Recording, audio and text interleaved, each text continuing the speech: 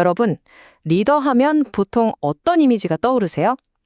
아마도 권력, 높은 자리, 카리스마 이런 단어들이 생각나실 텐데요.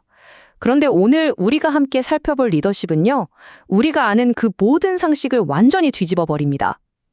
전혀 다른 차원의 리더십 모델, 지금부터 한번 깊이 들어가 보시죠. 자, 그럼 이 새로운 리더십을 제대로 알려면 뭐부터 해야 할까요?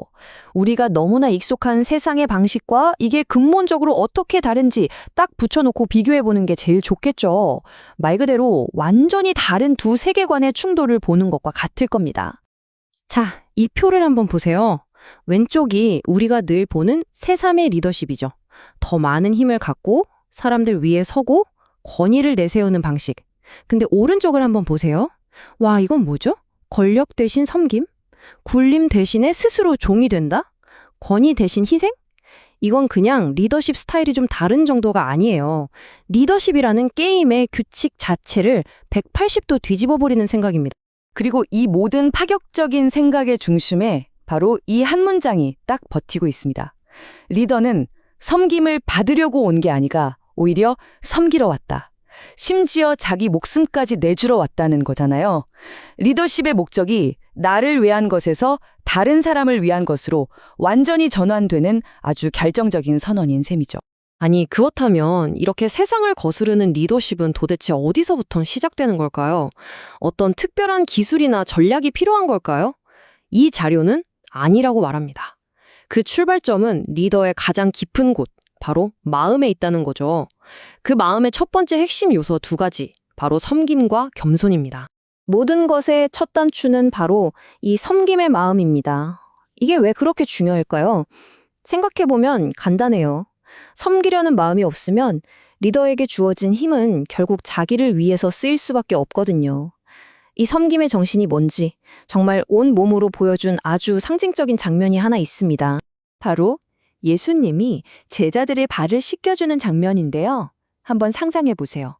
흙먼지 날리는 길을 하루 종일 걸어 다닌 사람의 발을 씻는 일. 당시에는 가장 낮은 종이나 하던 일이었습니다. 그런데 모두의 스승이자 리더가 직접 무릎을 꿇고 그 일을 하고 있는 거예요. 리더십은 자리가 아니라 태도다. 이보다 더 강력하게 보여줄 수는 없었을 겁니다. 이 섬김의 마음과 완박한 짝을 이루는 게 바로 겸손입니다. 근데 여기서 말하는 겸손은 저는 아무것도 아니에요 라고 말하는 그런 소극적인 태도가 절대 아닙니다. 오히려 다른 사람을 나보다 더 귀하고 중요하게 여기기로 결정하는 것. 이건 아주 적극적이고 용기 있는 선택이죠. 정말 흥미로운 건요, 이 자료가 수십만 명을 이끌었던 위대한 지도자 모세를 땅 위의 모든 사람보다 더 온유했다고 묘사한다는 점입니다. 여기서 우리는 아주 중요한 역설을 발견하게 되죠. 세상은 강한 카리스마가 힘이라고 말하지만 이 리더십 모델에서는 가장 부드러운 겸손이야말로 사람들을 이끄는 진짜 힘이 된다는 걸 보여주는 겁니다.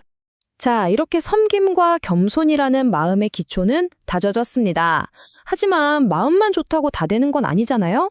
리더는 매일 수많은 선택의 갈림길에 서는데 그때마다 흔들리지 않게 방향을 딱 잡아줄 나침판이 필요합니다.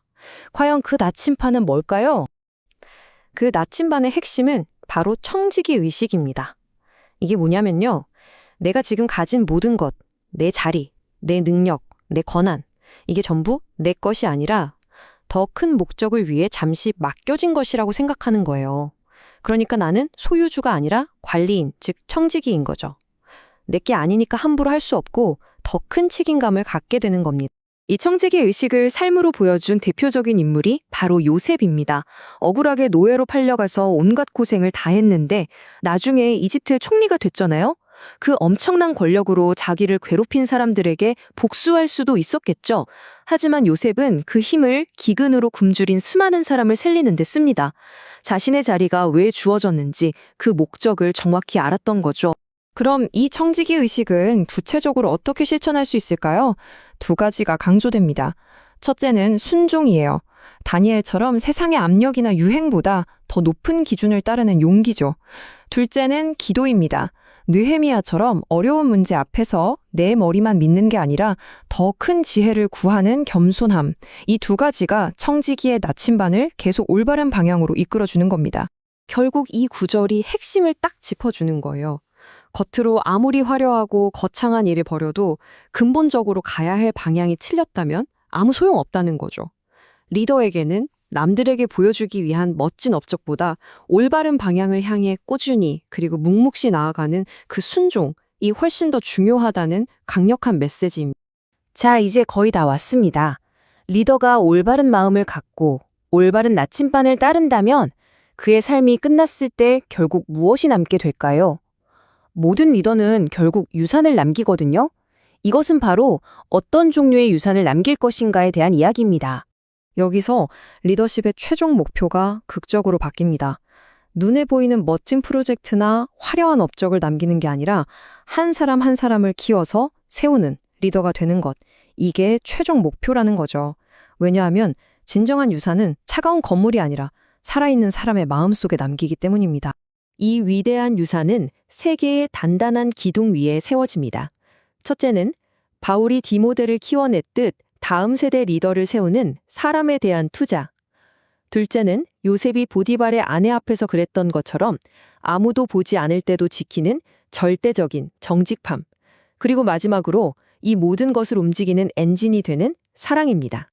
그리고 이 사랑의 리더십이 뭔지 가장 가슴 뭉클하게 보여주는 장면이 바로 이겁니다.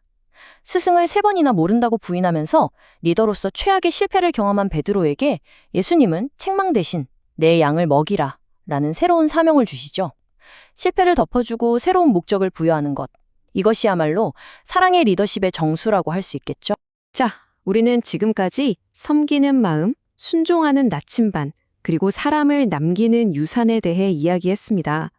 이 자료는 이 모든 원칙들을 그저 이론이 아니라 자신의 삶 전체로 완벽하게 보여준 단 한 명의 모델을 최종 결론으로 제시합니다. 결국 이 모든 원칙은 단 하나의 마음으로 모아집니다. 바로 그리스도 예수의 마음이죠. 이 자료의 최종 메시지는 이 위대한 리더십 모델을 그저 감상하고 분석하는 데서 그치지 말고 우리 자신의 리더십 여정에서 바로 이 마음을 품고 살아가라는 강력한 도전인 셈입니다. 자, 이제 이 질문은 우리 각자에게로 돌아옵니다. 여러분의 영향력이 미치는 곳, 그곳이 가정이든 직장이든 아니면 작은 공동체든 상관없습니다. 그곳에서 오늘 우리가 나눈 이 원칙들을 실천하는 데 있어 가장 큰 도전은 무엇이고 동시에 가장 큰 기회는 무엇일까요? 이 질문에 대한 답을 진지하게 찾아 나서는 것, 바로 그것이 진정한 리더십의 여정이 시작되는 첫걸음일 겁니다.